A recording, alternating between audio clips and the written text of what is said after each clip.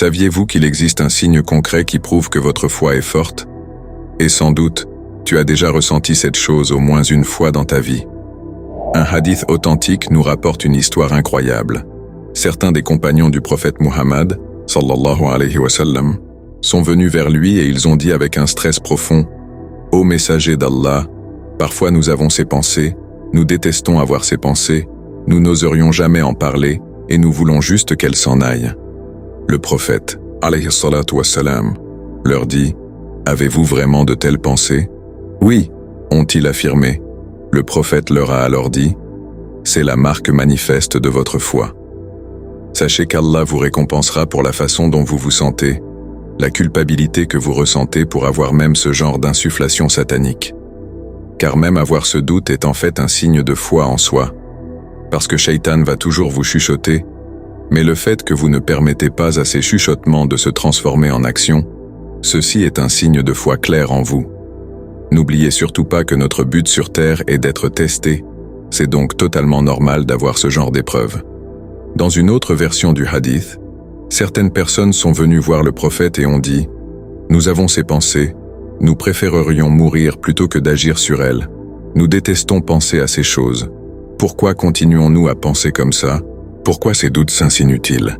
Et le prophète a dit: « Toute louange est due à Allah qui a réduit les plans de Satan à des chuchotements. » Dans ces hadiths, nous voyons clairement que les waswas touchaient aussi les compagnons, ce qui montre que toute personne peut être touchée par ces chuchotements sournois qui font mine de venir de vous alors que pas du tout.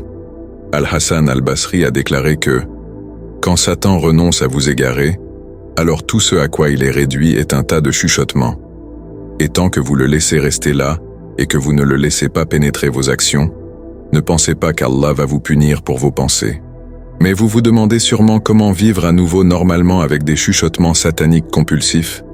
Sachez une chose, plus vous serez proche d'Allah, moins ces waswas vous atteindront. » Et le prophète, alayhi salatu wassalam, a dit que Satan prendrait même vos moments positifs et essayerait de les ruiner.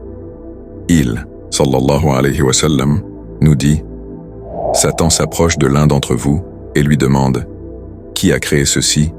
Qui a créé cela ?» jusqu'à lui dire: « Qui a créé ton Seigneur ?» Quand il entend ceci, le croyant doit chercher refuge auprès d'Allah et ne pas y prêter attention.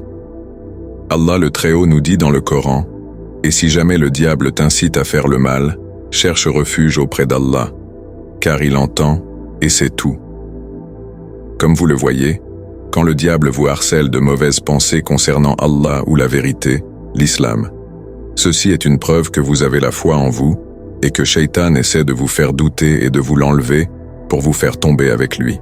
Cherchez constamment refuge auprès d'Allah si cela vous arrive, et demandez à Allah de renforcer votre foi dans vos prières. Demandez à Allah de vous enlever tout doute qui provient du diable et de raffermir votre cœur sur sa religion. Accrochez-vous au Coran de façon forte et ne délaissez surtout pas la parole du Créateur.